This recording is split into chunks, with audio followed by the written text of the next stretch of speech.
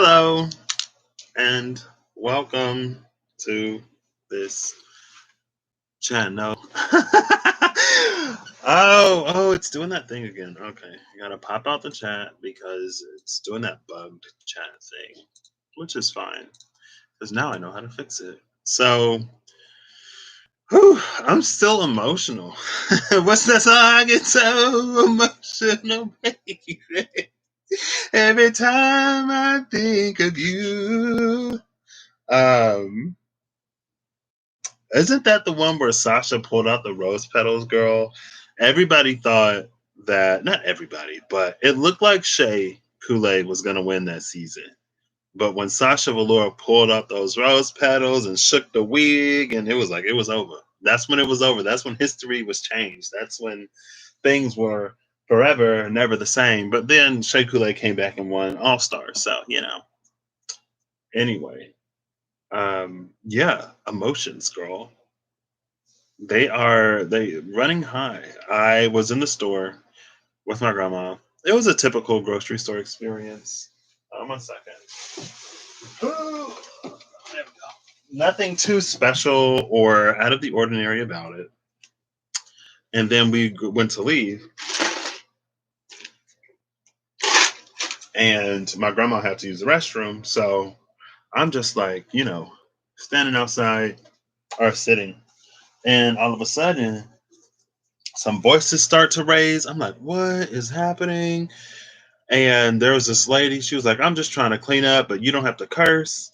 And she said, I didn't. And she was like, well, you said that this is bleep bleep. And she said, well, this is bleep bleep. And she's like, I'm trying to clean it. She was like, something. And she was like, I'm cleaning your mess. And she was like, well, it wasn't screwed on. And I tried to scan it and everything just fell apart. And now, like, you're doing this to the customer and the customer is always right. And like, I can't believe you're talking to a customer like this. And like, you're blaming the customer. And she's like, I'm just trying to clean this mess. And I'm like, oh my gosh. And this lady is just taking it, not to mention other dynamics that were at play. But as we were about to leave, this other customer it was at the self checkout, she was like, she's human too, and you ain't got to talk to her like that. And she was like, yeah, blah, blah, blah, blah, blah. And she was like, yeah, but you were being rude to her. You're being extremely rude to her, and you don't have to be. I'm like, good on you. Good on you. Like, that's what I want to see. And then my grandma was in the mobile carts, the little motor carts, and we're leaving, and I'm putting the groceries away. My grandma's like, all right, I'm about to take the cart back in. I was like, okay. And then this lady was walking up and she was like, oh, do you want me to take that up for you? And I was like, oh, well, look at that. And then I see them holding hands. I'm like, oh, they must be praying. That's not weird, but interesting. And then I see her like put her hands on my grandma's knees. And I'm like, oh, snap. So like she over there praying, like praying for a healing, praying. And then I almost teared up. I'm like, oh my gosh, I'm getting so emotional. What is this? Like, people can be good and decent, and it just really got me. And it's funny because I was thinking about this, and it reminded me, of course, when I was on my walk the other day. And it was like, allow the world to be recreated, like, allow for the world to become something beautiful, to become something that you've never experienced, but that you really want. And then before I started this, it was like, do you trust your work? And I was like, yeah, I trust the work that I've done. Hello. And then the Eight of Pentacles came out as the thumbnail card, right? And I was just shuffling it a little bit more because I put the Threads of Fate Oracle cards and Tarot cards together. It's a monster deck that I can barely shuffle. And then the Eight of Cups came out. So the Eight of Pentacles is the work. That's us sort of weaving a new fate based upon these. It's like crystals, keys, roots, and teeth, I believe. Where my glasses go? Are they teeth? Yeah, they're teeth. Crystals, keys, roots, and teeth. It's wisdom. It's new beginnings, unlocking things. It's the physical experience, the earthly plane, the physical body, and then it's communication. So with all of that, we're weaving something new that carries us forward into basically a new dawn. Like this is the third eye on what could be the moon, unencumbered.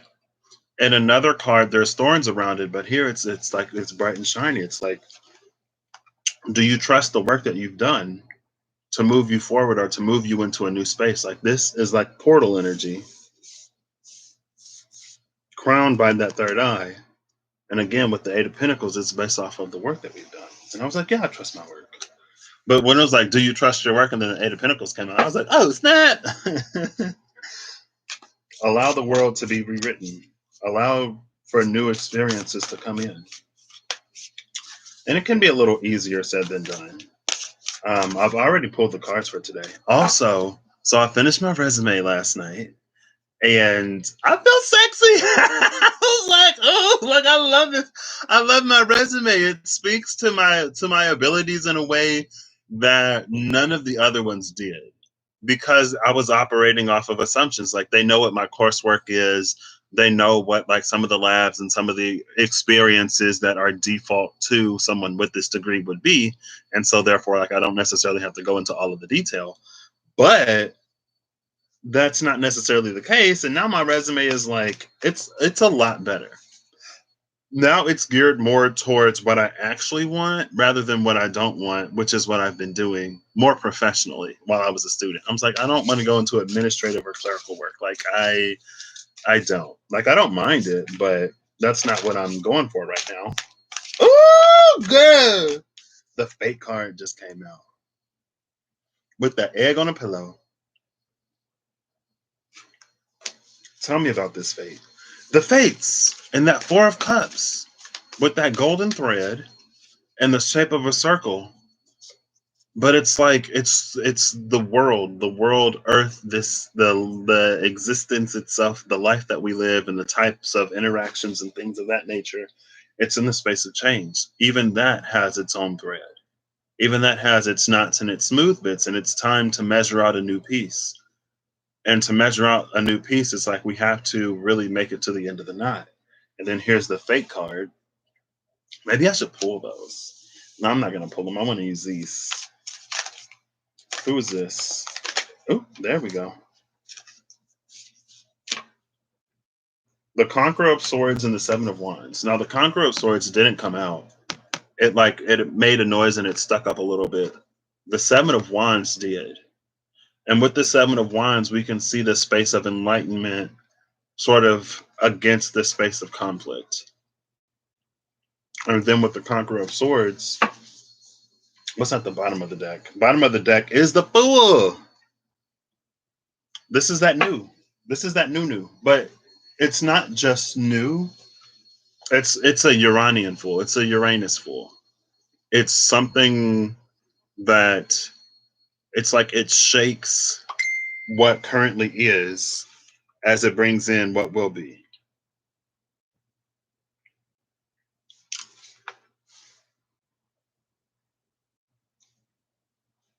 And there's something about this.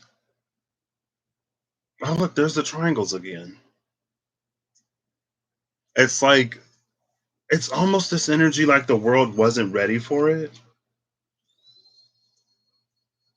or that we weren't ready to live in this way. Because not everyone can necessarily be defiant. Not everyone can put faith and belief into something that they can't see or that they don't immediately experience. And that too is their faith. And it's the fate of some to be those that sort of go against. And I was thinking about this earlier today. And it's like,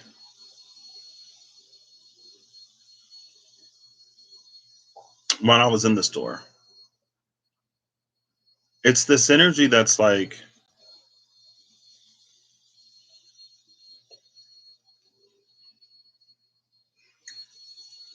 it's around the energy of rebellion and how it can be.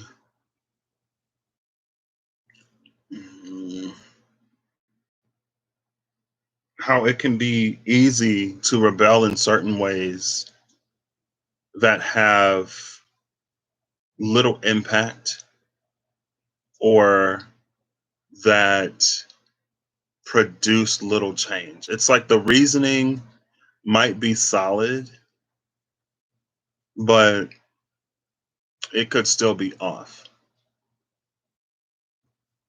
And so sometimes it's like, well, are we rebelling where it's easy and then falling in line where it isn't? Type of energy. And I saw the Sovereign of Wands with the with the Eight of Cups and the Eight of Pentacles, Eight of Coins. The Sovereign of Wands was like at the bottom of the deck or something. There's the vacuum. Yesterday it was the lawnmower. Today it's the vacuum. It's fine. Um, and it's like, yeah, we rebel where it's easy and we fall in line where it isn't, or where it's convenient, or where we don't want to be inconvenienced. But in the areas where there could be the most impact, we sort of fall short, which is fine. I'm looking for this. There's nothing left but melting ice. Ooh, but this cool water with this mint in my mouth is good. I bought some Altoids because I love mint. But I thought about that earlier today. About it's like whether we put in the work where it actually matters, or whether or not we put in. It's like applying pressure. It's like an acupuncture energy. Like you can apply pressure wherever, all over the body to try to work something out. Or you could apply like less pressure to an area where it is the most impactful. And then it sort of creates this, it's like this, where there are like these certain points where the lines intersect. And that's where you want to apply the pressure. And you don't have to apply much. And if you apply pressure effectively, then it covers or it cracks open the whole egg, right? Because if we don't apply it effectively, then it's like it can have little to no change on the overall system.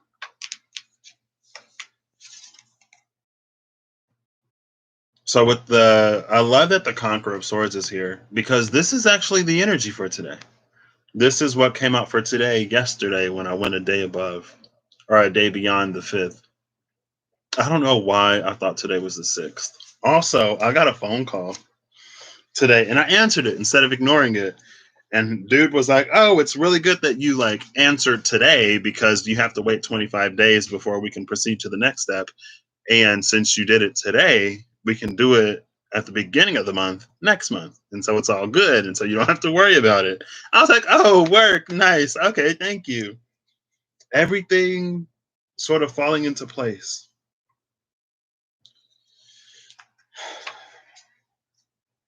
I feel like I haven't spoken enough on this.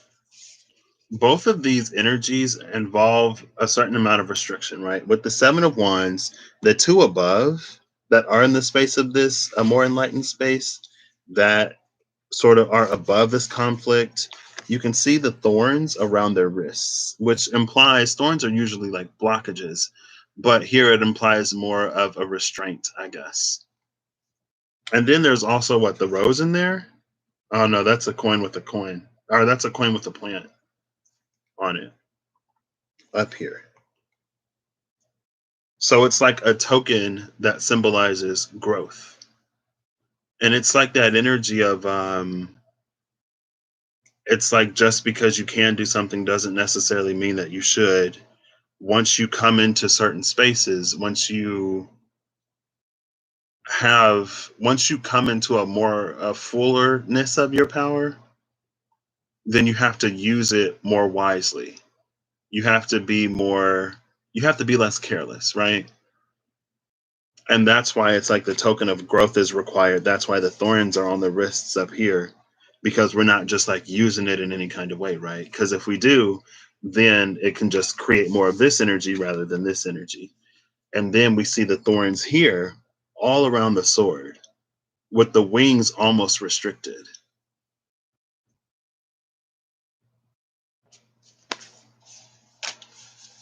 All of this under fate. Let's get 3 more cards. I might stop at 4. I might stop at 3. Who knows?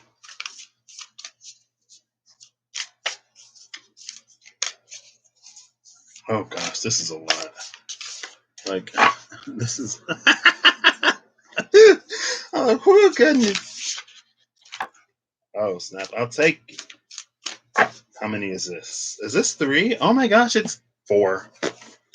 4. I wanted 3. So we have the 4 of coins. This is interesting because the 4 of coins came out yesterday. The 2 of cups. The 3 of cups. And the ruler of wands.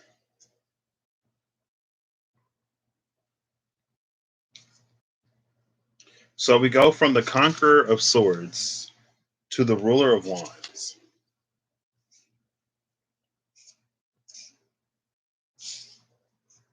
Oh my gosh. We have a 1, 2, 3, 4. Because with the ruler of wands, it's an ace, but in the hand. So this is 1 wand, 3 cups, 2 more cups, and then 4 pentacles. So the only suit that's not represented is the swords. Also, it's not in order. It's like evens first with the 4 and the 2, and then odds. So I'm actually gonna pair them up that way, and then I'll get 1 more card in the middle to be the 3rd. I'll just take the bottom of the deck. Bottom of the deck, is the Ace of Swords. There's the sword that we were missing. And it's another 1. It's the ace. So right now it's 2, 4, 1, 1, 3, even though it should be 4, 2, 1, 3, 1. Because that's how they came out. It was 4, 2, and then 3, and then the ace, or then the ruler, with the Ace of Swords in the middle. So we have this Ace of Swords. I love this. So after this sort of mental reworking, now this Ace of Swords is free. Oh my gosh. Yesterday we started with the Ace of Swords and we technically ended with the either the page or the knight. The page was for yesterday, the knight is for today. Here again we have the ace and the Knight of Swords. And this is talking about fate. But there's such an interesting energy here because it's like there are certain things that are fated, but it's almost like just because it's fated doesn't mean that it's free. Ooh. Just because it's fated doesn't mean it's free. Just because something is destined to happen doesn't mean that we're not also destined to put work into it, or we're not destined to grow, or destined to heal, or destined to do whatever we need to do to make sure that destiny comes through. A lot of times, maybe we think that something is a sure thing, and so we stop putting work into it, and then we miss it. And then we're like, what? Like, what happened? I thought that was mine. The divine done lied to me. And it's like, okay, well, the divine also told you to do a whole bunch of healing and a whole bunch of work that you didn't do. So who lied to who? But it's divine timing. So when you do it, then, whenever you make that choice or decision, then you proceed beyond that. So what's interesting is through that 7 of Wands and the Conqueror of Swords, there's an energy of restraint and an energy of restriction. The Ace of Swords and the wings are being restricted in the Conqueror of Swords. But in the 7 of Wands, there's an energy of restraint when it comes to holding our own in a space of opposition.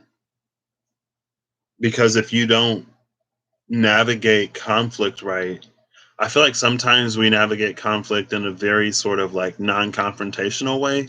And what happens is there's no resolution.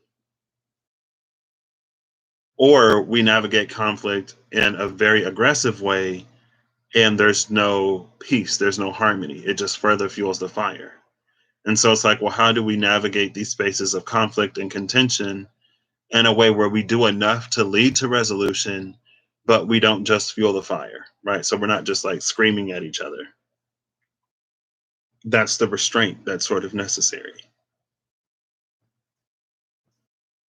And it brings us a specific situation to mind where it's like the intention started good, and then a little bit of ego got involved.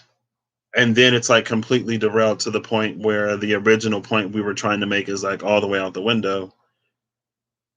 And it's like, egotistic, like, is the ego satisfied in this situation? Yeah, sure. But is that clarity, healing, teachable moment, like, has all of that gone down the drain as well? Probably.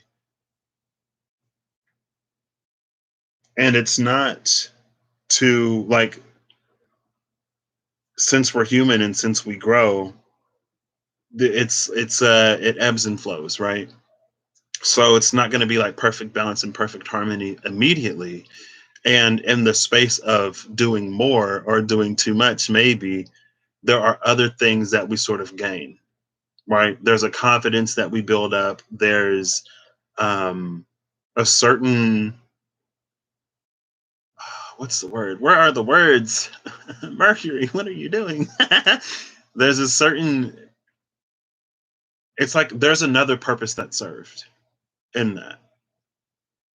And so that's why from certain perspectives, hey Zelda, from certain perspectives, it's like, well, could I have done this better? Yeah. Did this lead to the intended result? No. But in other perspectives, it's like, but I did this, I got what I needed, and I grew in this other way.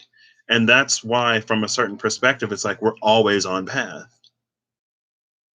But coming into this energy, if you are coming into a space where you will claim fate or tempt fate, either way, that's why now this ruler of wands is coming in. And it's because the ego is in check here that the sword is liberated and we get the ace here.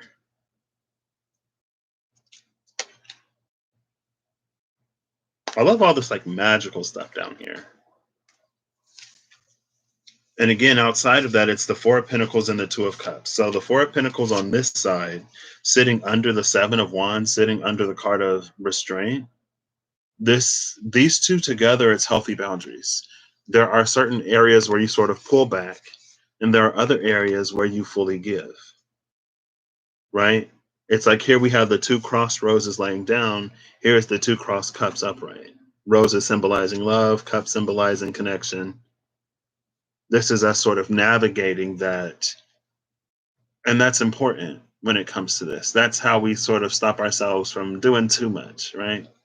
In certain areas. Again, in certain spaces, it's desirable, it's necessary, it gets you where you need to be in a certain space. But whenever it comes to like something with a purpose, then we want to make sure that we sort of abide by that purpose, that we don't undo what it is that we're trying to do. I'm actually going to switch these back because I want the four to be on this and then the two to hang off to the side. Yes. This is how I want this. There we go. Are you teachable? Are you open to learn? And I guess that's moving over here with the Three of Cups and this Ruler of Wands energy. I think this is also why it's important to have the ego in check. Because if this is a King of Wands or Ruler of Wands that's a little bit more shadowy or that's a little bit more fragile, who has a really fragile ego, then it could prevent them from fully being present enough for whatever this energy is. Right. And that's also why we have the Four of Pentacles and the Two of Cups on the other side. We need to have those healthy boundaries where we're open and vulnerable, but we're not necessarily going to be taken advantage of, or we don't leave ourselves open to be used and abused. Right. Where we give in the spaces where giving is appropriate, and we reserve in the spaces where reservation is appropriate. And then we can come into this sort of Three of Cups energy where we can more properly sort of interact with others in a more communal sense. Because even when you have, like, when it's you and your partner, that's two people. When you add more people in the Three of Cups, it requires more flexibility because now there are even more needs and desires and people to sort of, I just saw 25, 25, to accept and to bring in. And again, it requires this. And so, like, let's say, for example, when it comes to certain things, you're easily triggered. And it's the fact that you're easily triggered in certain areas that really sort of serves as a blockage when it comes to connecting with people. And so with that ruler of wands, it's like that's you realizing and recognizing that some things are you things, right? It's like this person didn't say that to upset me. This person meant no offense. I'm triggered because of my own backlog of experiences. And that it's not applicable in this situation. So I don't need to bring that into the shared space between me and someone else or me and a group of people. I can handle and work through that on my own type of energy. So this is what supports the Seven of Wands and the Knight of Swords, Conqueror of Swords, which supports fate. So now four cards for the bottom, because I won't need. It would be really cool if like another Oracle card came out. Hi Key.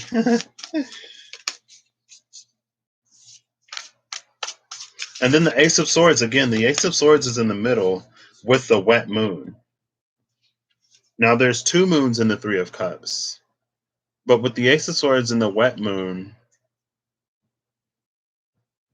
and the crown up top, it's going back to everything that I talked about yesterday and the Old Farmer's Almanac. It's where we can more accurately see into our own sort of shadow, when we can more fully embrace ourselves and where we claim some sort of victory in that. We see the laurel here. Well, I'm reading it as a laurel wreath, and within that is this moon. Is this what? Waning crescent moon? A wet waning crescent moon. So that's victory over the emotional space to the point where we're not dominated and completely ruled by our emotions. But it is the Ace of Swords, so we are aware of them. It's not that we're blocking out our emotions. It's not that we're ignoring our emotions. We honor, acknowledge, and accept our emotions, but we don't allow them to completely drive us. We keep them in check with everything else. It's a balance, right? With the chariot, we have the light horse and the dark horse, the emotional body and the intellectual body in balance, the spiritual body and the physical body in balance. All things balance. And it is that balance that makes way for movement and progression. And then above that is the crown, which could be the crown. And it makes sense that that's associated with the moon because it is the more subtle and intuitional that we really get a lot of that crown energy through, right? And again, it's like if we don't have that stuff resolved within self, then that's when we can confuse like fear or paranoia or anxiety or like anything with our intuition. We can confuse self preservation with intuition, more or less, right? Okay. Now, thanks to somebody else who used the monster deck recently, I learned that I shuffle it in parts. Because when I try to shuffle the whole thing, that's when things get more messy. Let's go. Oh, goodness. I see the Three of Swords. I think something else flipped over, but this is a lot of cards to try to look through. There's something else flipped over. 1 second. I think it flipped over in my hand. I think it flipped over in my hand. Ooh, hand, yeah. I don't know. Oh gosh. The world can truly be a beautiful place. Do you trust the work that you've done? I was like, yeah, I trust my work. Hello? I don't work this hard to doubt or have questions. Like, hello? It's like, good. Then allow for the world to be rewritten. So nothing flipped over, or I didn't see it. So, ooh, we'll leave it as a mystery. So we have the Three of Swords and a mystery card.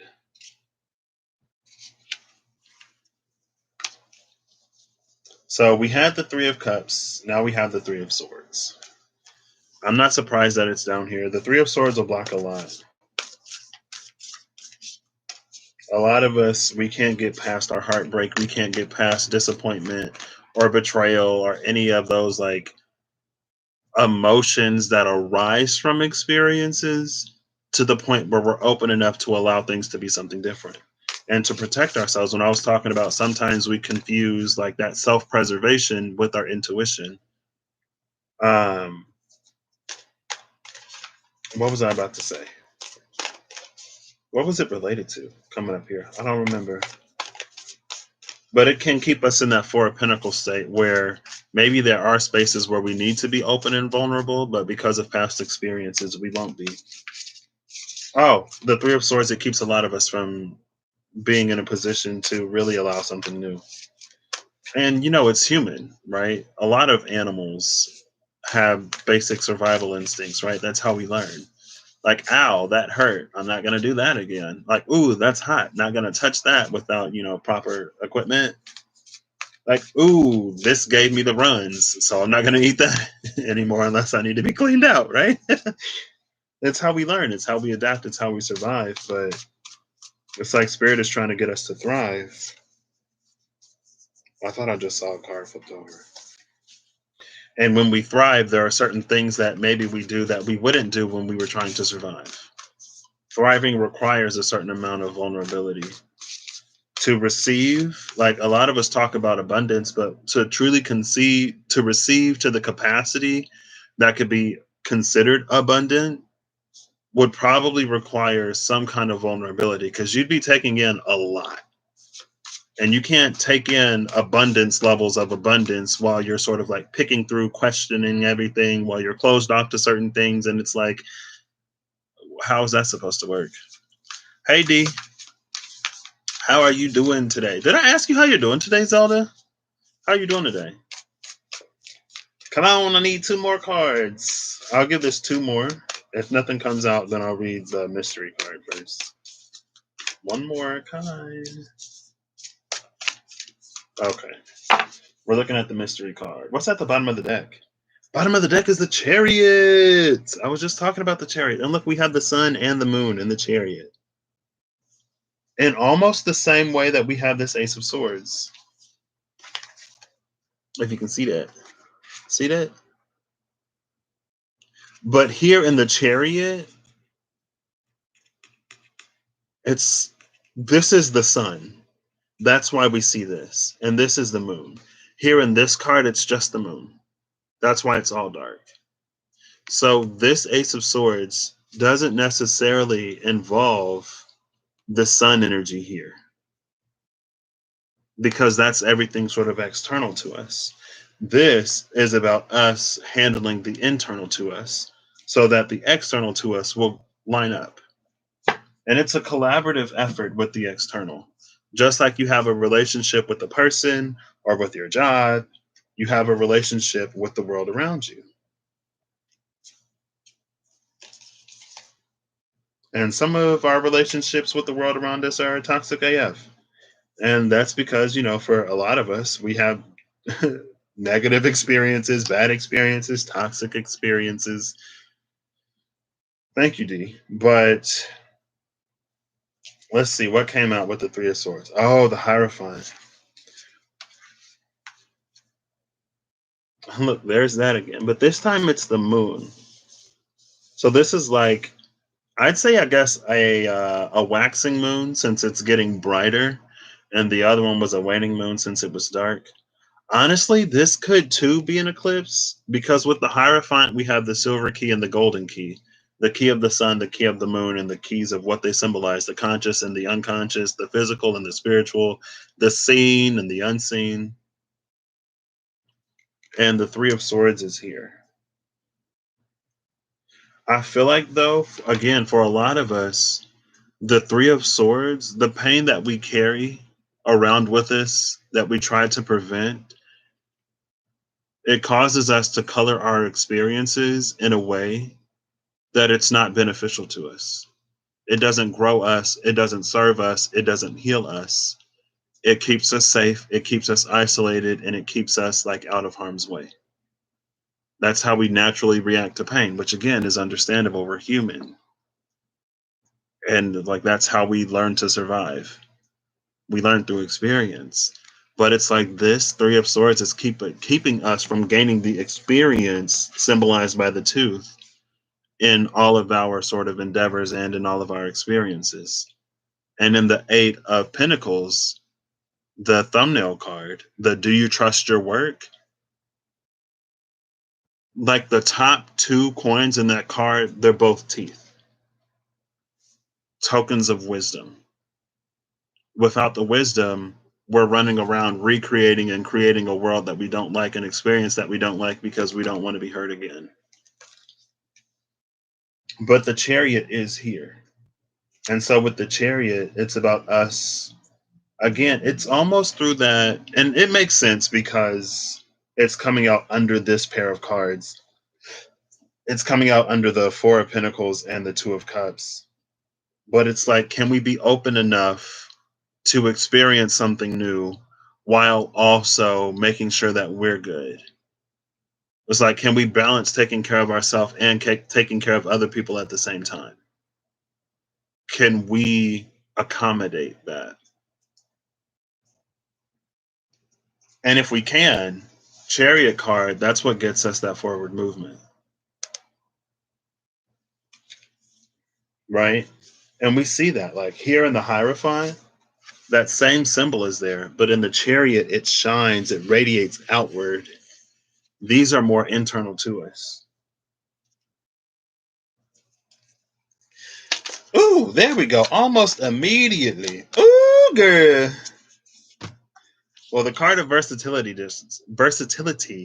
just came out. You are becoming your potential. I love it.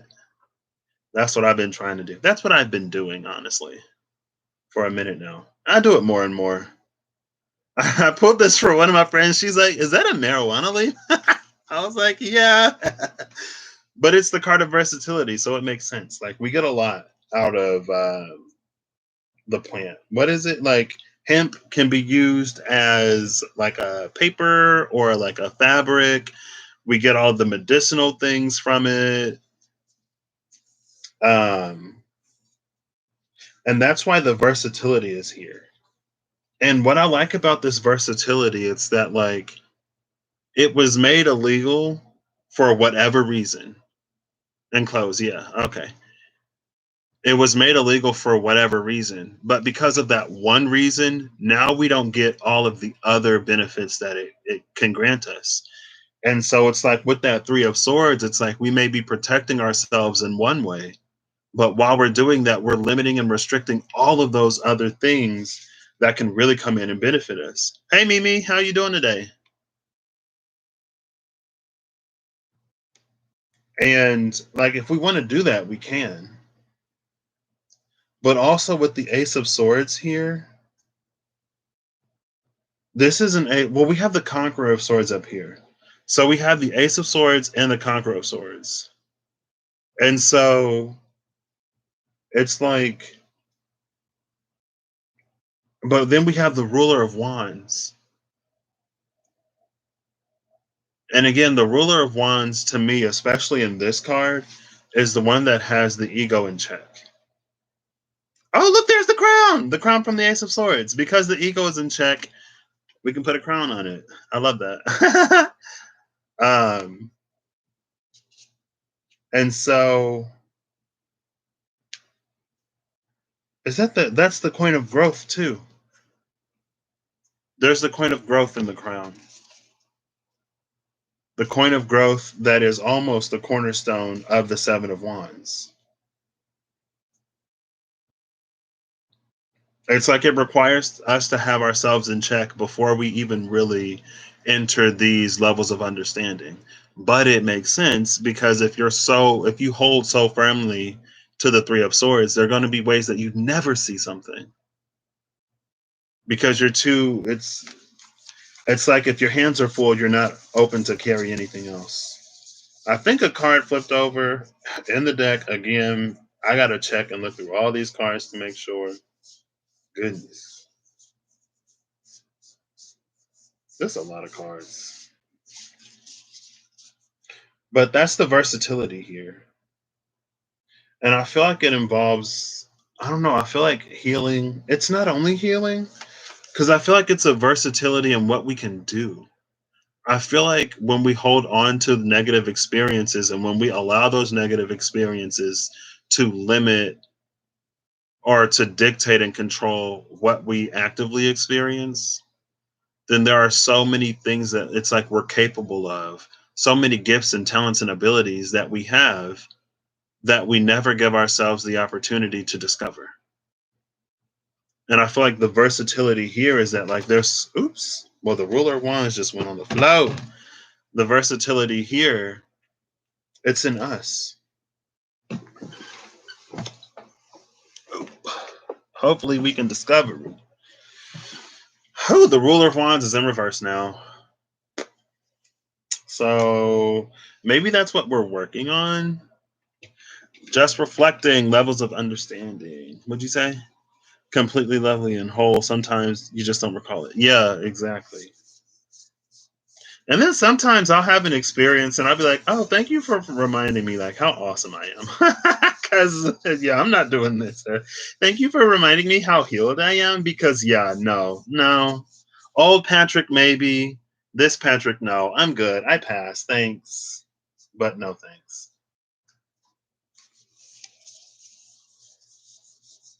Or to be like, I could choose to do this, but I don't know. Honestly, for me though, a lot of times I've been finding recently, it's like when I first started, there were a lot of conscious choices and decisions that I had to make in certain areas. But now it's like what had become second nature is starting to become my primary nature. Like for me,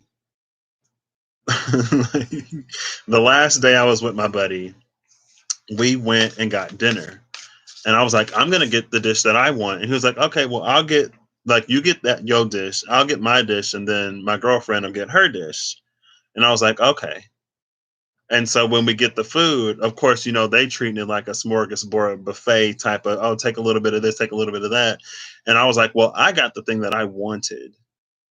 And I explicitly said that I don't want what she got. And I could get what you got, but I got the thing I wanted. And I was like, you know what? I'll be cool. And they gave us extra food. So we had an extra dish too. And like he put the extra dish on my plate. I'm like, I'm not eating the extra dish first. I'm eating the food that I wanted first because I want to make sure I got room for the food that I actually wanted. Shoot, trying to get me to fill up on the food that I didn't even want. But I was like, you know what? I'm not gonna be that person right now. So if y'all want some of what I got, I will participate. And so yeah, I was like, I'm a take one for the team because especially like I got too much Taurus in my chart and Cancer in my chart. It's like I got the food I wanted. Like I don't want your food. I don't want her food. I got what I want. And now you asking me to share the only thing that I actually want here, and now I get less because y'all thought y'all could do whatever, and I'm the one paying for it. But I was like, it's cool, it's fine. I'm not gonna be that person. I did give my friend a little bit of a hard time, of course, but and then we had a little bit left, and I was like, well, I could eat some of the other food because I was getting a little bit more food. I was like, well, I could get some of the other food, or I could like get my food. And his girlfriend was like, oh, get what you got so we can finish it. So like there's a dish that's finished. Um, and I was like, okay. And and then my friend was like, I know your heart is set on the food that you got, so you can go ahead. The food that I got was butter chicken. The butter chicken was so good. It was butter chicken, chicken tikka masala, and chicken biryani. I didn't really want the biryani. I like gravy foods. I like foods with a lot of gravy. And then I like to get the naan or some rice. And so for me, I ate more of the butter chicken and the chicken tikka masala. But you're learning that resist not, it's a process. It is a process. And it's like with everything, we sort of like, uh, the more practice we do, the more we operate in it, the easier it gets. It's like repetition. And it's literally rewiring the brain. Um, that's another gift. The divine blessed us with plastic brains. It's the neuroplasticity. The brain can reroute and re-network and rewire itself based on how much we do something. And the more we do it, it's like the brain creates a shortcut. So it requires less energy. It's like, oh, this is something that you do all the time. Let me make it more efficient for you. This is something that you don't do that often. And so, we're going to have to take the long way here. We might have to take the extra long way here because I took some of the pieces out to make this shortcut. And so, although like it can be one of the toughest things to navigate as we're trying to establish a new pattern, it's actually a gift because once we got that new pattern, it's like, boom, okay, I can do this now. And the old thing isn't as much as what I do anymore. So, directed in the wrong area shopping. Yes. And it was garlic naan too. So, and then one of them was a little burnt. And my friend, I looked at him, I looked at his plate. I was like, oh, so you ain't get the crunchy one? And he was like, no, I don't like burnt naan. I was like, yeah, I don't either, but I took one for the team and I got a little bit of it. It's, I'm hungry too. I bought me some butter chicken sauce, girl. I just came from the store. I was like, I'm gonna warm this up because I like gravy and rice. I was like, I can just do the gravy. I also got tomatoes and onions and spices, so I could just make it. But meat to go where it's more beneficial and not to something that turns into an addiction habit. Yeah. And I think a lot of times it's like when we try to break one habit or addiction, more often than not, we don't actually treat or address or heal what's making us turn to that thing in general. We just try to replace it with something else. And you can replace it with something that's healthier to better cope, right? A less costly, a less destructive, a less impactful habit. But like if you're just switching, the what's unresolved is still unresolved. Um, and in my book, it's like I'd rather heal from it and not have to cope at all, right? And then if it comes back up again, I can work through it. But that's just me. Ooh, Mother's Day is Sunday.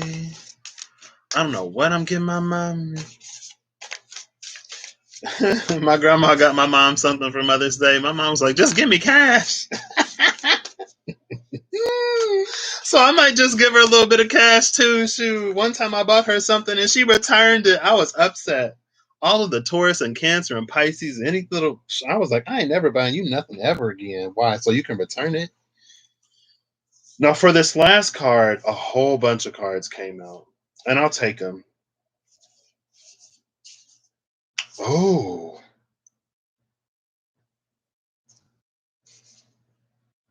this is an interesting energy. So the first three cards that support this, it's the Three of Swords, the Hierophant, and Versatility.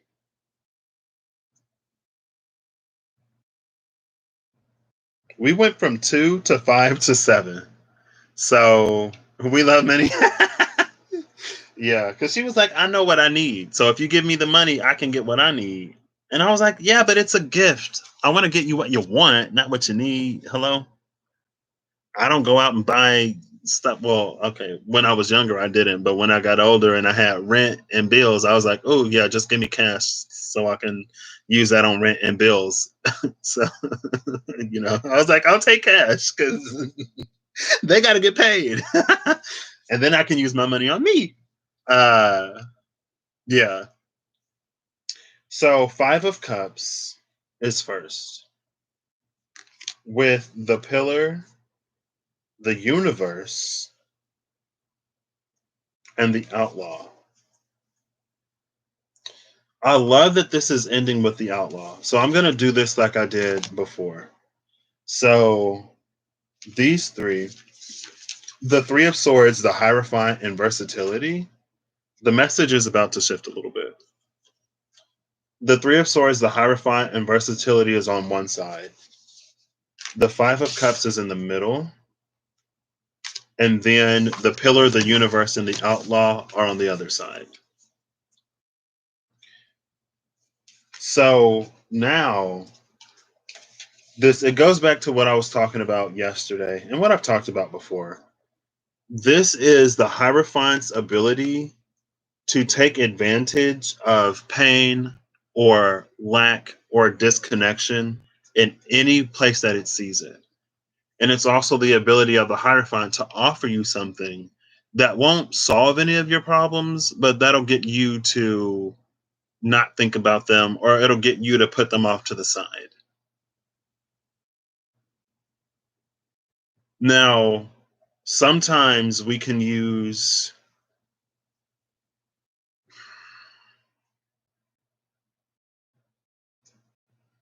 and it kind of goes back to what I was saying before. It's like there's a difference between our intuition and our self-preservational instincts. The Hierophant sometimes, and like there is higher and lower to everything.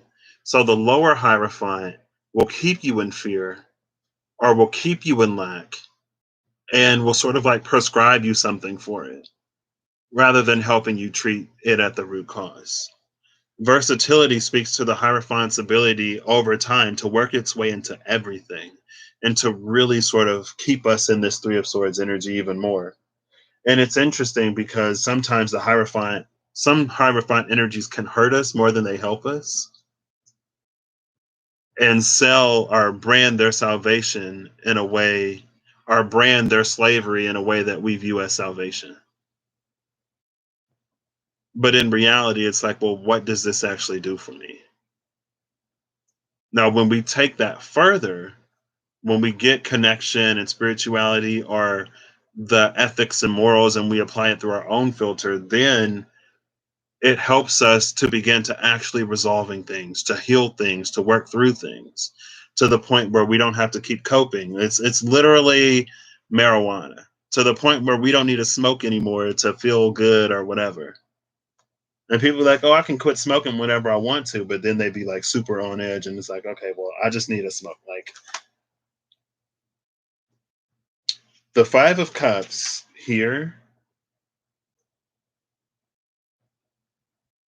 I feel like the Five of Cups here is where we go from this Three of Cups connection, this Three of Cups level of connection that Hierophant can offer us, where it's very structured. There's a lot of rules and rituals and ceremonies in order to enter into communication or into a space with that. Like we're moving from that to a more intimate, a more personal connection up here. And after we do that, that's when we come into the Pillar, the Universe, and the Outlaw.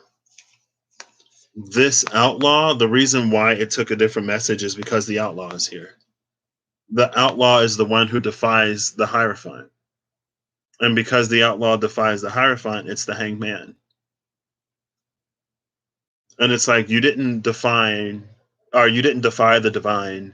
You didn't defy anything. Like you broke the rules that the divine didn't set, rules that the divine doesn't care about. But the Hierophant in its place, you went against the Hierophant, and so you're punished for it.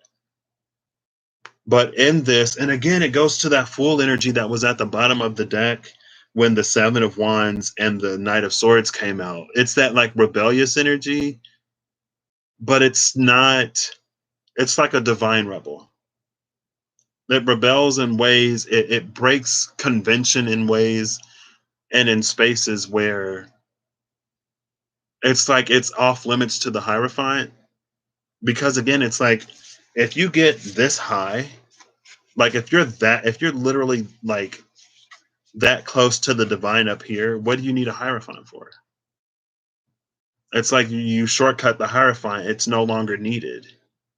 And proper hierophant, I believe, should be okay with this because the hierophant is just it's a tool, it's a stand-in to get us even closer until we can sort of take that up on our own.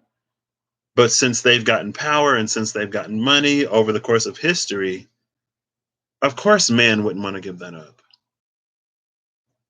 And that's kind of sort of how you can begin to see the separation from the divine in that. And again, hashtag not all hierophants. Take it as it resonates.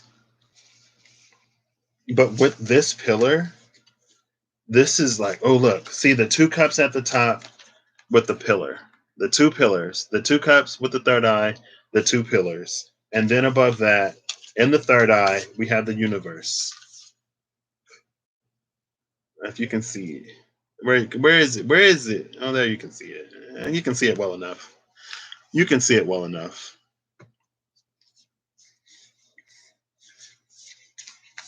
We have the two pillars and the universe, where we have the two cups and the third eye.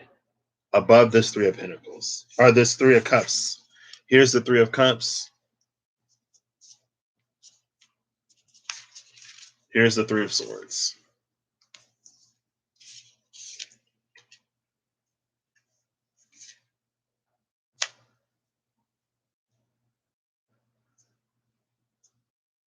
What I like about this outlaw card is that like it shows the mountains in the back, and it's like it shows this boot. It puts you in a position to handle this not by yourself, because we never really do anything by ourselves. But it's like the things that we use Hierophant as a crutch for, we can begin to do on our own.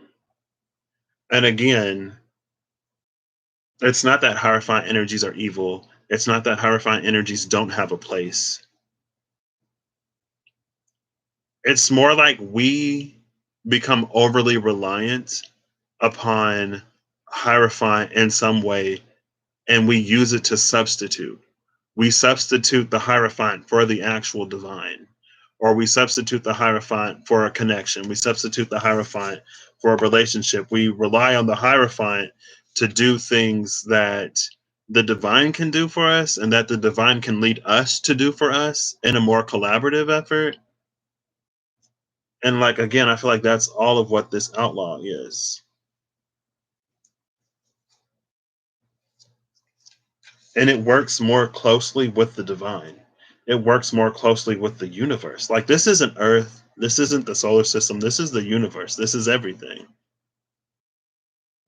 And these two pillars, that's you being firmly within yourself and firmly within spirit. Like they're both oh my gosh, the two snakes! The two snakes! That's what I was talking about with Semyaza and Turiel. It's like there's these two snakes reach across the veil. Like once you get it solid over here, it's like it mirrors, or it's already present on the other side, honestly. That's why all of the alignment over there happens over here. And then when those two are aligned and in communication again, where's that? With this card, that's the closeness up here. We need a two of cups relationship, not this like three of cups communal type of. I mean, again, it's fine if that's the level of connection that you want, but with this fate up here, all of this is sitting under fate.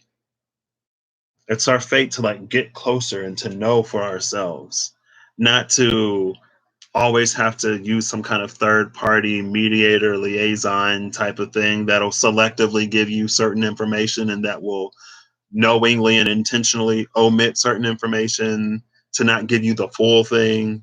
And then too, it's like, well, how do we fully communicate the divine? Like, does that exist? Does it in a way to fully do that exist? Not fully, not for man to do. It's the divine. That's another reason why it's for us to seek for ourselves and to hear for ourselves, because it's like we're probably already going to miss certain things, or we can already only grasp certain things. And so now it's like one person gets the message and then we get the message from them. So they interpret what they get and then we interpret what they give us. And so that's an interpretation of an interpretation. It's like a translation of a translation. It's like when you see videos of people like, we translated something into a foreign language and then we translated it back into English. And you can see how these two things are completely different. It's like, or you could just go directly to the source and find out for yourself. But that's what happens here. That's what holds, that's the space that the Lord of Pentacles kept coming out. That's the opening of the veil that the Lord of Pentacles is granted, I guess, because he holds the blue flame of truth.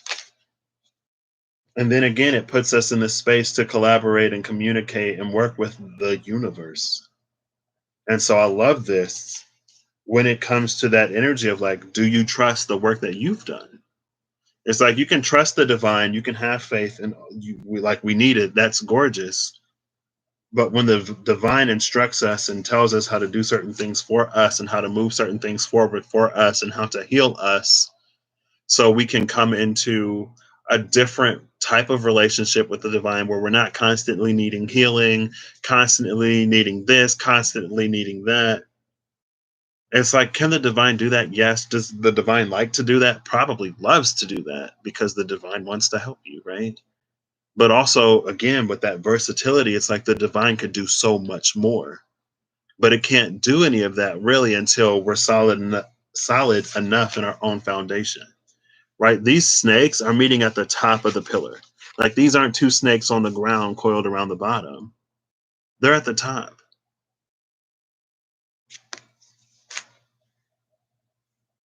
What's at the bottom of the deck?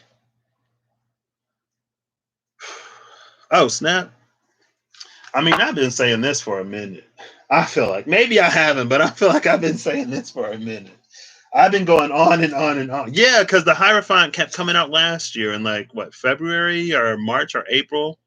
And I was like, here's that Hierophant again. We need to go beyond the Hierophant and claim the divine for ourselves. Like in the Holy See, in the Hierophant card in the SKT, she literally wrote it in the book. Go beyond the Hierophant. It's clairaudience, it's clairvoyance, it's clairsentience. It's you directly communicating with the divine instead of going through some ceremony, some ritual, some person, some practice, some whatever. And again, it's not that those things aren't beneficial and it's not that those things can't help us, but we can, it's like we have access to more. We're granted more. We're loved more by the divine than just like, oh, well, here's some like third party stuff that you can do. Ew, like don't waste my time. Just follow, like read the book. Right? Just read the book. Don't waste my time. I'm too busy. It's like, no, the divine wants to get to know you. Like, hello. It's like, man, I've been doing this for you and I've been doing that for you. And like, I do it because I love you, but like, can I get a visit? Like, can I get a call? Can I get a text? Can I get something? The card at the bottom of the deck is the Hermit. The Hermit was at the bottom of the deck yesterday. Oh, I love this. And the Wheel of Fortune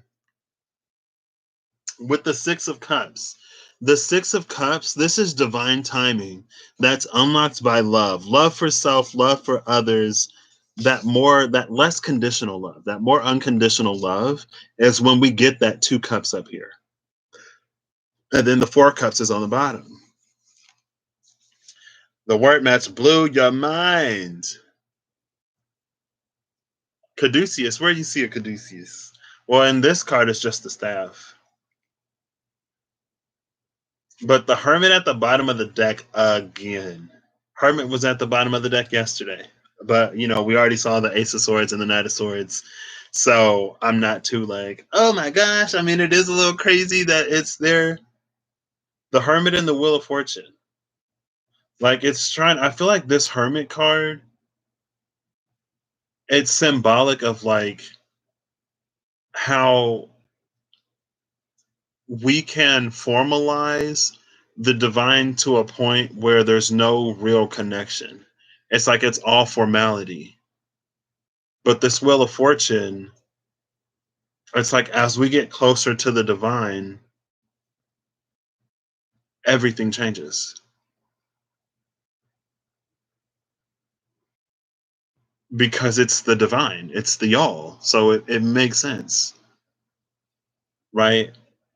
It's like if we were in a video game. Oh, the two snakes. Okay, yeah, I got you. It's like if we were in a video game and if we could communicate with the programmer, like, hey, programmer, like, can you code me a new car? Because that'd be pretty cool. And the programmer's like, yeah, sure, girl. Like, here you go. Boop, boop, boop, type, type, type, enter. And it's there. But here it's like the star is caged, the star is isolated, the star is alone. And I feel like there's a difference between like having a respect for the divine. I don't know how to communicate it, but it's like when we put something on a pedestal that's so high that we never feel, and like people will say it, like where we never feel worthy enough to communicate directly or to spend time with. It's like, oh no, I'm not worthy. Oh no, I'm not deserving. So I'll go to somebody who knows somebody who knows somebody who knows somebody who knows you or who heard about you, maybe kind of sort of somewhere, or like they saw a flyer one time on their way somewhere else. They did a quick scan and they got like 3 words out of the like 3,000 words that were actually there. And it's like approach, come, call, text, visit, like in person if you can. Like if you can't be there in person, like Zoom me, Skype me, like talk to me, please. Like it's trying to come from behind the veil. But again, in order for it to do that, there are certain things that we need to do in ourselves to make ourselves. It's almost like a baptismal energy. It's like we baptize, or it's like we baptize ourselves. We cleanse ourselves. We make ourselves lighter. We heal the things. We allow ourselves to be open and vulnerable, and we clean ourselves and make ourselves presentable to go to the divine. But I don't. I feel like it reminds like when I was a little kid, and if I was playing outside or something, and I would try to hug my mom would be like, no, you stink." But if I went to go hug my grandma, she wouldn't care, right? Like I don't think the divine necessarily cares, though. I think the divine has enough of an understanding of us and who we really are and what we've been through that it's like if you're a little stinky or a lot of stinky, it doesn't matter. But that what it reps in Egypt. Oh yeah, and it's the caduceus. I say the caduceus sometimes because in Latin they had hard C's. Uh, but I'm pretty sure caduceus is a Greek word, so I think Greek has softer C's. Well, Greece, but then it's Greek. So that like if that's a soft C, you get Greece, but if it's a hard C, you get Greek. So I'm not sure. Anyway, it's the staff. It represents healing. It's associated with Mercury and things of that nature. So it's more than the heart. This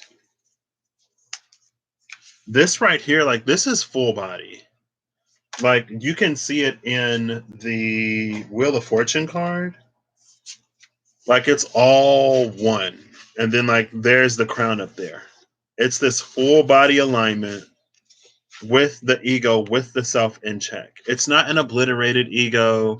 It's not like you have to get rid of your ego. Your ego is evil. It's like, no, girl, like we need the ego to survive. We don't need it to survive, but it's like the ego is what makes life worth living. If there was no enjoyment, if there was no fulfillment, if there was no satisfaction, like why are we down here? To be robots that don't like what? Now should we be ruled by it? Like no. But this is like complete alignment. And if you're aligned everywhere else, then like the heart, if it's if I don't know if the heart is necessarily something that you can take outside of everything else, but I don't know. I don't know. I don't know. Oh, that's what you were saying. Yeah.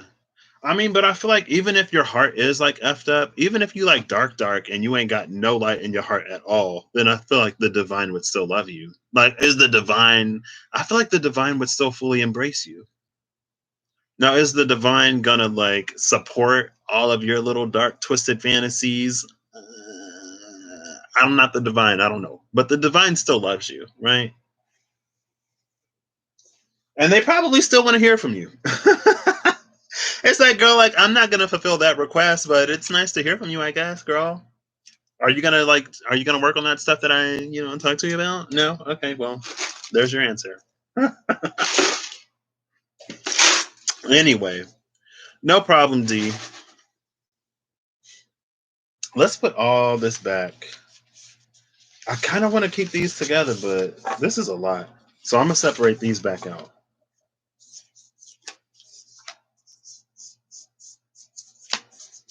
That was fairly easy. We only had what, four? Oh, five. There were five oracle cards. We have unconditional love. And I feel like there's a lot of like, I don't know, a lot of subtleties, a lot of nuances to a lot of things. But I feel like love can be one of those things that's a little tricky sometimes, right? Because if you love someone who's an addict, then do you enable them or do you have that intervention? I mean, because love could go either way. I don't know why I'm talking about that, but I don't know. And it's like, oh, well, if you loved me, then you would just let me walk all over you. I'm like, no, because I also love me, so I don't think so. Then maybe somebody out here would buy it, sure. I'm just playing. I'm just playing, kinda. Let's see. Oh no, I was like, I think I mixed these up. I didn't. I'm gonna separate these out. I'm gonna get a final card, and then this video will be over. Oh, I'm so glad I got my resume done yesterday. I feel so good. I feel so marketable. I feel like it speaks to my strengths now in a way that the old one just did not. I feel like I'm gonna get a lot more. It's like I'm using better bait to catch the fish that I actually want because I'm getting all these bites, and it's like, girl, I don't want this. Like, I know what my resume says, but this isn't what I want. And then somebody was like, well, why don't you go and rewrite your resume? And I was like, oh, I can do that. What? And then my friend seems to think that I don't listen to him. He's like, I literally said the same thing, but you had to go and have somebody else tell you to do it for you to actually do it. And I was like, yeah, because he didn't just say, oh, this is trash. Like, this is garbage. And I'm like, okay, well, give me something to work with. Hello?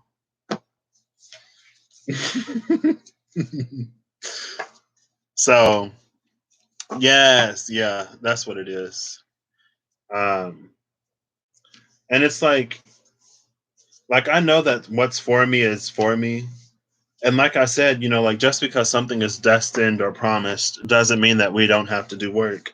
And a lot of times I don't do work. I'm like, oh, what's for me is for, or the old Patrick was like, oh, what's for me is for me. It's not going to miss me. It's not going to pass me up, girl. So if my resume is trash and if I'm not really presentable, then it's fine because if it's for me, it's for me. And it's like, okay, well, girl, you got to do something.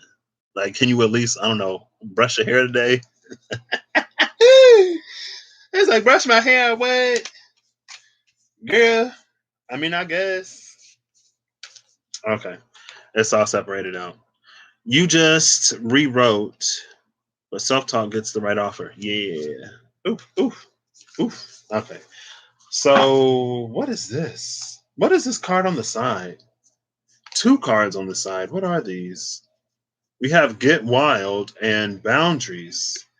I love Get Wild and Boundaries. This is like, why don't you go a little crazy? Why don't you just like let people in? Like, what if you went somewhere, you could talk to somebody and not catch an attitude? because you think somebody is always trying to get one over on you when in fact that's not always the case. Or like, what if you went somewhere in a group setting and you actually spoke?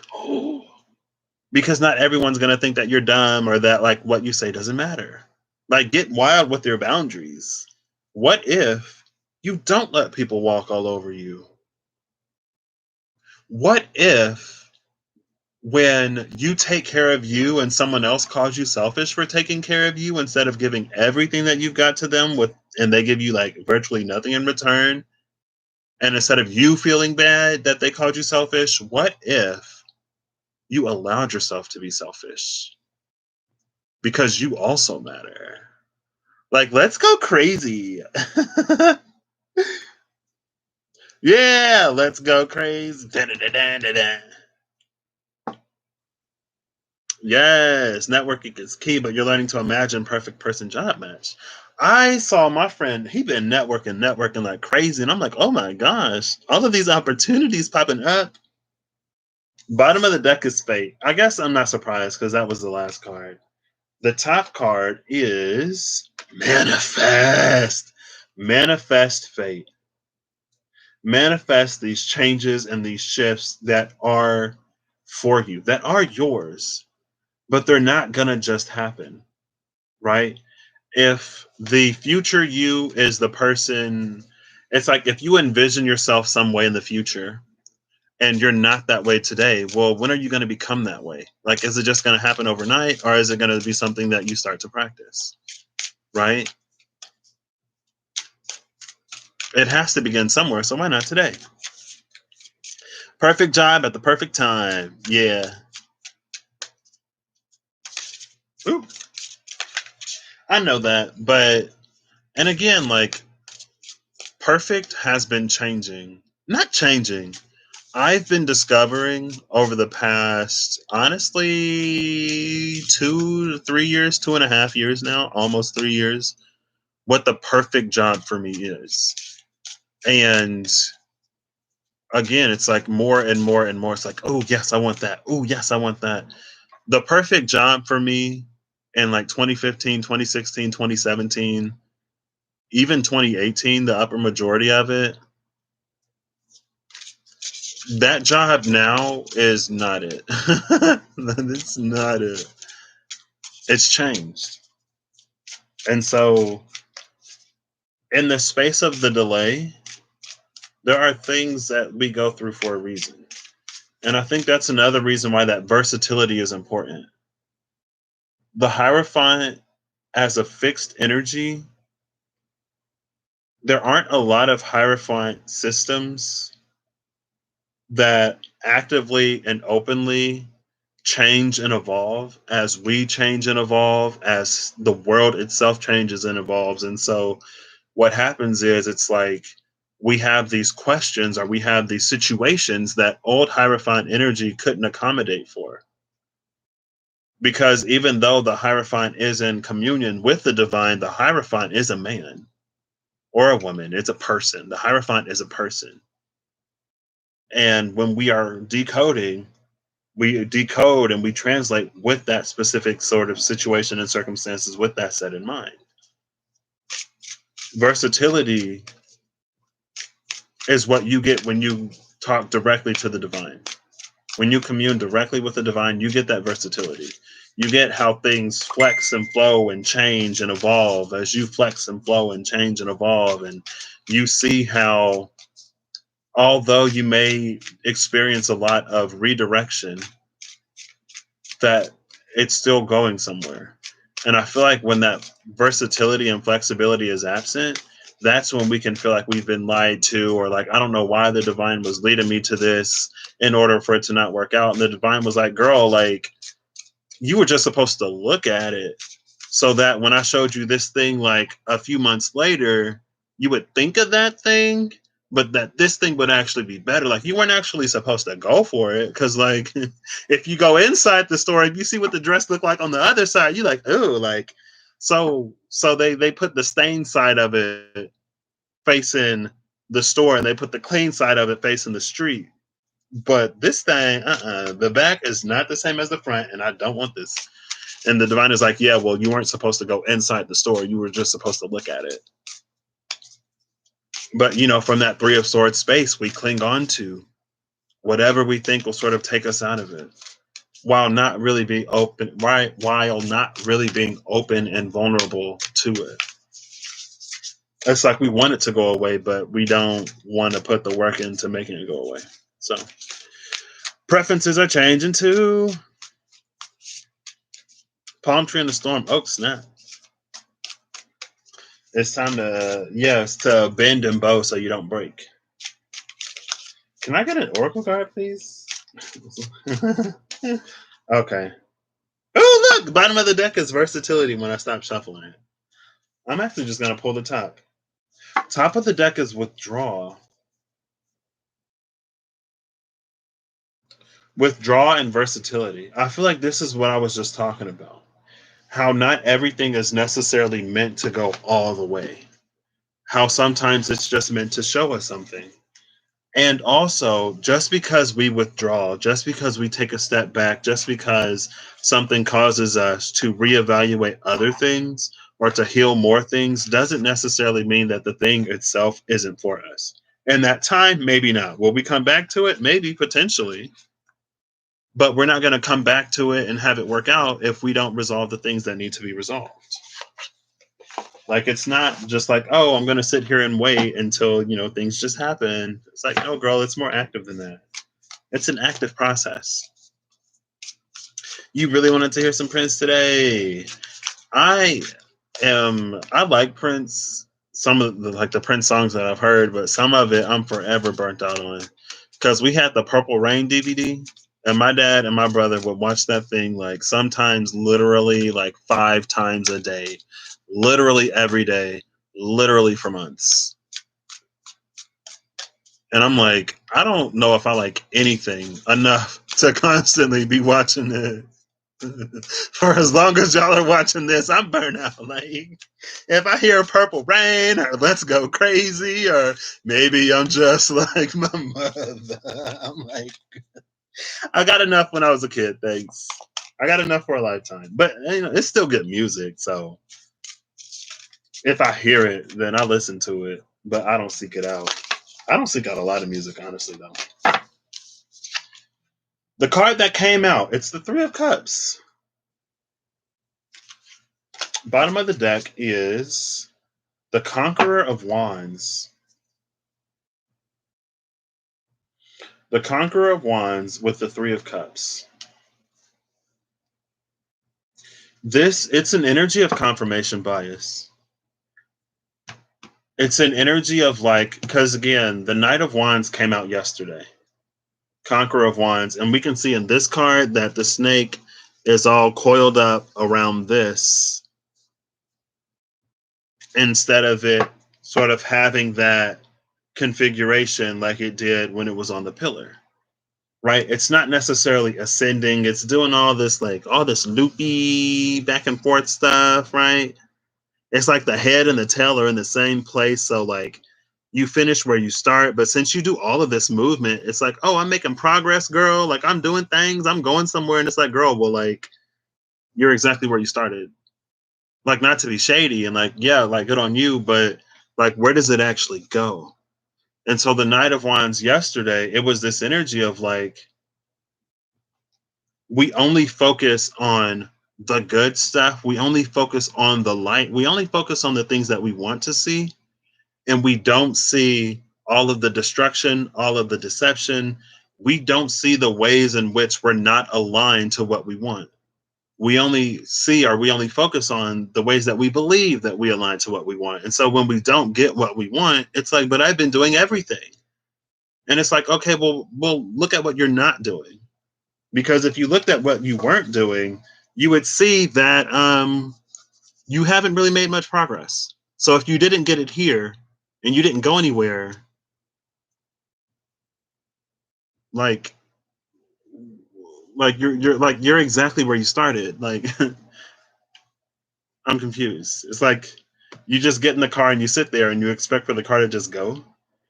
It reminds me of what was last January or February, early it was like late January, maybe early February, mid February, when it was like the divine is giving us the keys now. The divine is asking us to drive, but we're just sitting there. We're just sitting there expecting someone else to do it for us, expecting for the car to just move. And what we'll do is like we'll give the keys to someone else for them to drive us, and we just hope that they're going in the same direction. But they may go in that direction, they may not. Once you give something to someone else, you have no right to dictate how they use it. Once you sign over the rights, it's theirs to use however they please. And maybe you thought that when you gave it to them, they were going to do this and they were going to do that, but they don't have to. It's just like when people run for a seat, when they run for in politics, they can make all kind of promises they want as they campaign, but there's nothing that legally requires them to fulfill those promises, girl. They don't actually have to do it. Now they can sell, like they can try to convince you that they will do it, but they don't actually have to do it. And so like if you're the type of person that's just running around handing your power over to anything and everything, then it's like, okay, well, don't be surprised when something doesn't work out quite the way you wanted it to, because you had your power and you could have made it work. You could have made it work out for you, but you chose not to. You chose to put it in someone else's hands. Maybe they will do it for you. There's nothing that says that they won't do it for you, but they're not obligated to. They have no responsibility to. And this is the with that Knight of Wands, the Three of Cups here. This is a community full of Knights of Wands. Everyone is in it for themselves. Everyone is doing what they want to do with no real thought to how it affects other people. And so, like, you think that some of these people are your friend, but it's like you're using them just like they're using you. Sometimes they just beat you to the punch. Sometimes they ditch you before you can ditch them. Sometimes they take advantage of you before you can take advantage of them, and then you get upset. But it's like, girl, if the shoe was on the other foot, you would have done the exact same thing. And so, if that's what you put out into the world, don't be surprised when you get it back. Type of energy. So, that's why the pillar came out with the universe and that outlaw, right?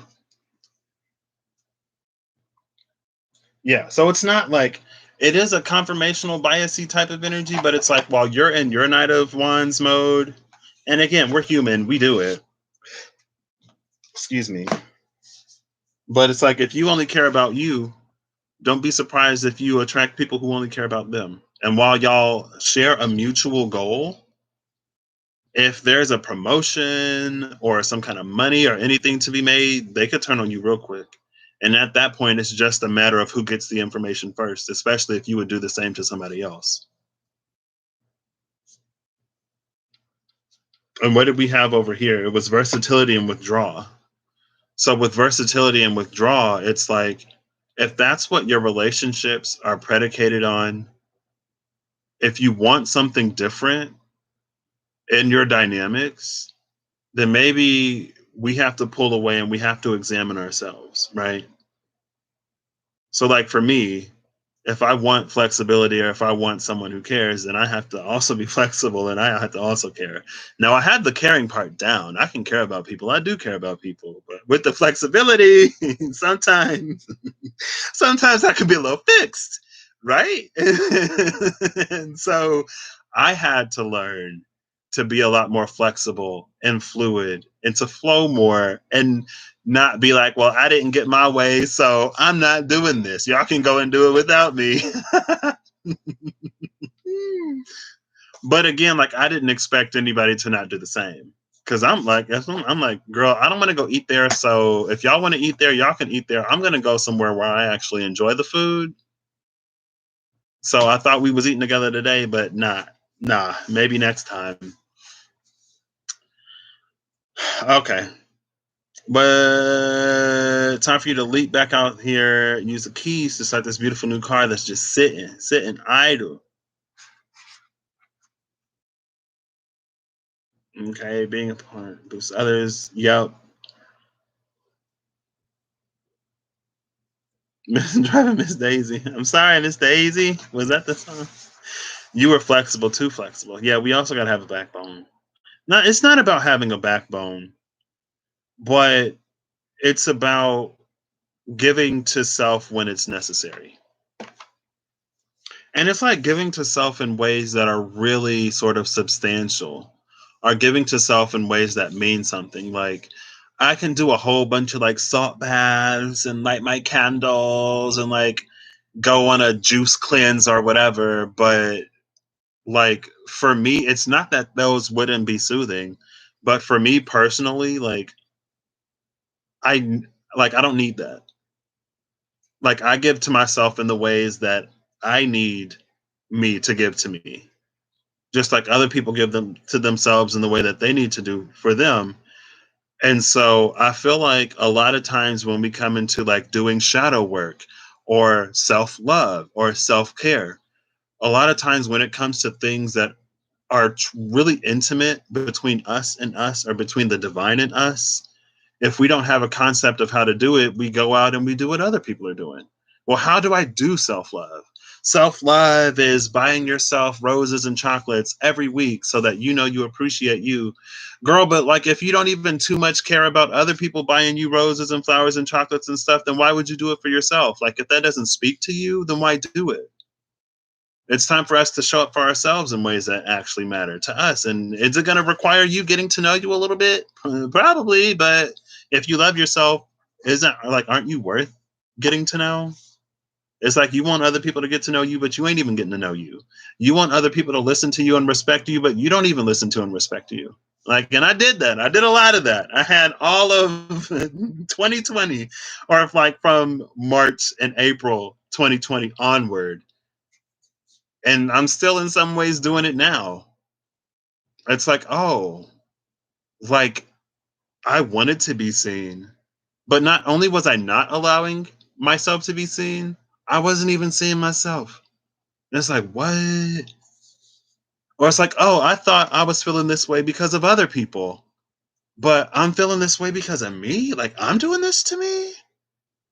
What? When? Like since when? Like how, Sway? Like, and it's like, oh wow. Okay, well, I guess I was doing it. Well, we ain't gonna do that no more because I love me. So, but again, it makes sense when we don't know. We try to find something or someone who does. Um, and again, it's a good place to start. But we should get more in touch and in tune with ourselves, just like we should get more in touch and in tune with the divine. You know. It's time for radical self love in ways that are truly personalized to us and not like generic. And again, I ain't trying to throw shade at people who do salt baths and light candles and things like that. Because if it works for you, then like continue doing it.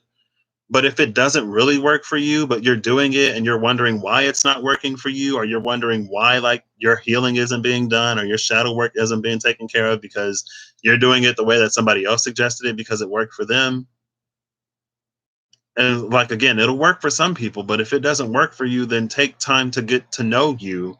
Take time to get to know the divine who will tell you how to connect to you and who will show you through experiences or through people you come across or little comments, or maybe you just notice that you really enjoy something someday. And it's like, oh, I could do more of this. I could engage in this more. Like, I know how I feel when I do that, when I really enjoy that. So let me keep doing more of that. Or let me try to find that feeling when I'm going out and I'm looking for self love and self care and things like that. Like, let me find what works for me.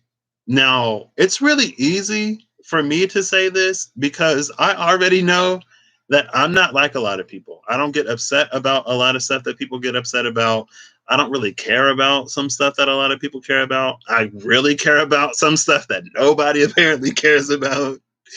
Like, I've always known that I'm different. And whenever I enter a friendship with somebody or a relationship with somebody, it's like it's probably one of the things that they pick up on fairly quickly. It's also one of the things that I more often than not say, especially if a situation comes up.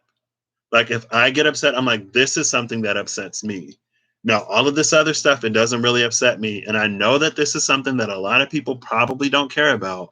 But if you like me, love me, want to get to know me, want a relationship with me, even a friendship, then you're respect my feelings. Because if you don't, girl, I'm better off by myself. I'm not so lonely or desperate or depressed that I'm gonna throw myself at somebody who is making me more upset. Like, girl, no, bye. Like, I don't need that. I'm better off sulking in my bed crying.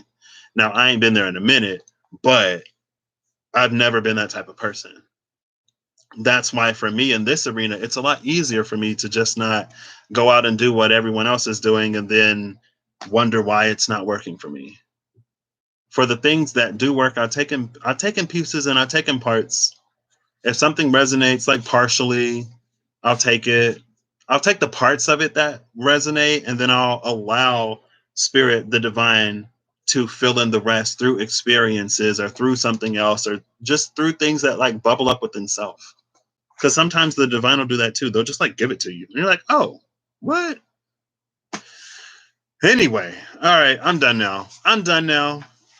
I feel like I just really like, I just went off at the end of that. But anyway, not you anymore exactly. Yes, yes. Okay. All right, all right. Like, oh, I feel like I wasn't even looking at the chat for like 10 minutes. And all that felt like a job. Yeah. All right. Yeah. And again, like, I've become extremely aware that a lot of things for me are more internal and mental and spiritual and emotional. Like the physical for me doesn't do too much, right? Like I was watching a video one time, I got a personal reading and somebody was like, "Oh, I feel like you would really benefit from like a rose quartz." And I'm not really into crystals or herbs or anything like anything physical like I said.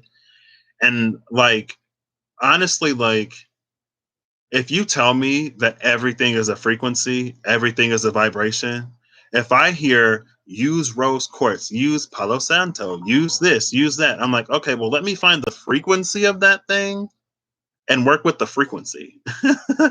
Like, I don't need to go out and spend money on the actual physical thing. And it's not that, like, some of these crystals, I pick them up, I'm like, oh, I feel it today.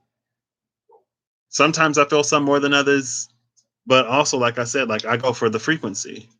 Everything in me works internally in a more mental, spiritual space where it's all together. And so if you're somebody, and again, this is something that I'm becoming more aware of, which is why I try not to like knock like crystals and things of that nature so much, because for some people those things work. Like I said, we all sort of build and operate. We're built and we operate differently. We navigate. We gravitate towards some things more. We align and resonate with some things more. And if those things work for you, don't let me or anybody else tell you that they shouldn't, girl. And like I said, I try to not be so absolute in everything because it's been made very, very aware to me that uh, just because it doesn't work for me doesn't mean it doesn't work for anybody. And is it a little bit? I mean, like, girl, but like that don't do nothing for me. It might not do nothing for you. It might not, right? Maybe it does. Who used to say you wouldn't know? You would know. Also, I think in general, my body can like acclimatize or acclimate to stuff pretty quickly, and so that's another reason why I'm like, let me go for the frequency.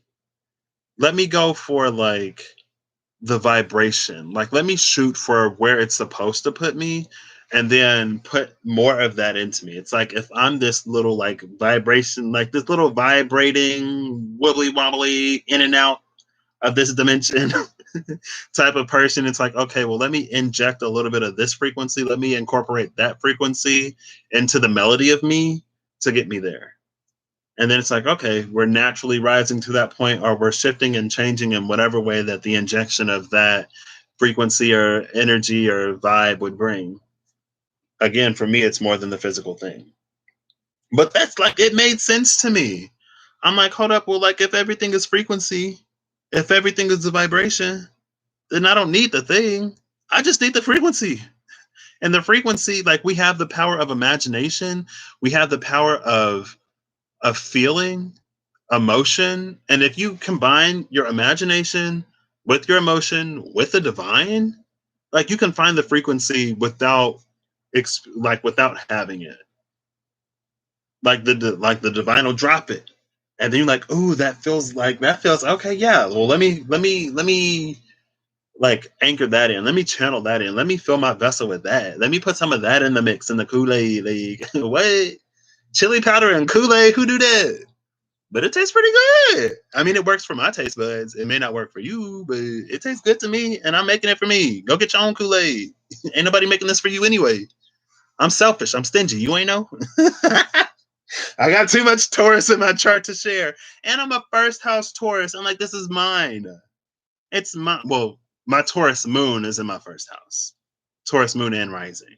So I'm like, this is mine for me. If you don't like it, go make your own. And I have to not be like that all the time. That is something that I am learning.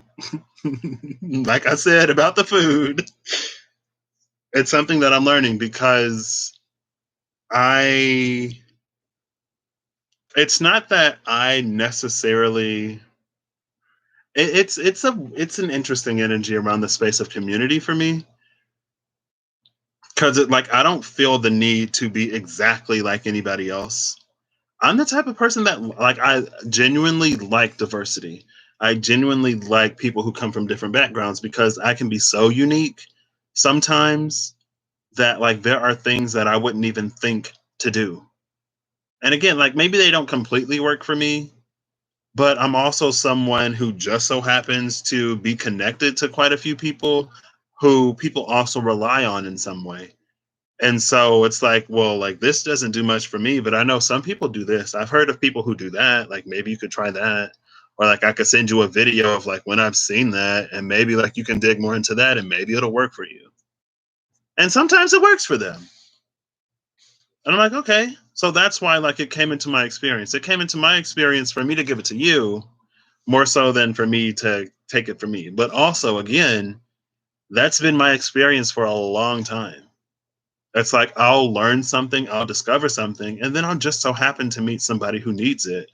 And they're like, "Oh my gosh, Patrick, you're so smart. Like, Patrick, like, how did you know all of this stuff?" And I'm like, "Girl, it literally popped up like a week ago."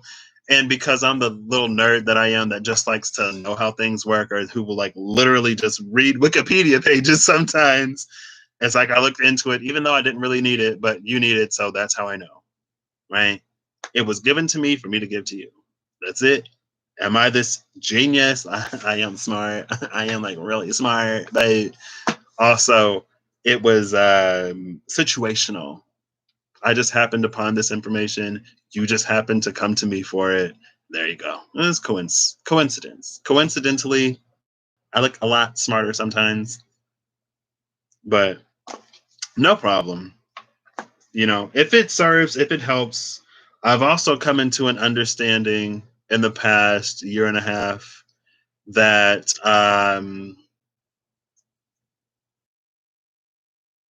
yeah, I'm different. Like I've said, we're all different. Um, but it seems that like what is an obstacle for me, I just operate differently, right? That's it. So I know I may come on a little strong sometimes and maybe like super fiery some days and then watery other days and then kind of earthy and really logical some other days. And am I crazy? Maybe, but I'm a Pisces. I'm mutable. I'm like a Gemini, but with feelings and less over. I don't want to say less overthinking. It's less airy, more feelings. If you're a mutable sign, you get it. If you're a Sagittarius, a Virgo, or a Pisces, or a Gemini, you get it. You know. If you're a Taurus, a Scorpio, an Aquarius, or a Leo, you may not understand because y'all might be the same every day, all day. Don't never change. Don't matter if you go into the club, if you go into the library. If you a Leo, you always turn up. I'm just playing. Anyway, this is where I'm gonna cut it off today. I don't know where this last, I feel like half an hour came from, but If it applies, take it. If it doesn't, leave it. If some of this resonates in part, feel free to take the parts that resonate. You don't have to take the whole thing. It's not a packaged deal, right? Because sometimes you get the whole package and you get like 59 things that you didn't even need for the one thing you did. Like when I bought that one album, I bought a dance album that was like 60 songs on iTunes for one song. The one song I wanted on that album was an album only song. So I had to buy the whole album to get that song. I couldn't pay 99 cents just for that one song. So I bought the whole album. But I discovered a lot of music that I really like. So, yeah, no problem. All right, Mimi, D. Oh, my bad. Zelda, it was good to see y'all. I hope y'all are doing well. For anyone else who comes across this, I also hope that you're doing well. I know I say that I hope you have the experience that you want. Genuinely and authentically, I actually hope that you're doing well, but I understand that not everyone wants to do well. And so if I actually want the best for you, well, not if, if I want you to be, I guess, satisfied, then more than I want the good for you, I want you to have what you want. But I also hope that you're acting in alignment to make all that you wish to experience your reality. Because I can, from my space of alignment, do everything that I can do to try to energetically make some things a little bit easier for you or more accessible for you. Like, but at the end of the day, you got to do the things that you got to do for you. Just like I got to do the things that I got to do for me. And my mama can't do it. My grandma can't do it. They can pray to the Lord's that I get enough sense to do it when the Lord tell me to do it. And it took me a while, but I'm here now. I've begun to do it. So it took a lot of prayers. They was praying hard. They was praying hard for me. They was praying so hard, and I got it. I finally got it. All right. I'll catch y'all later. Bye.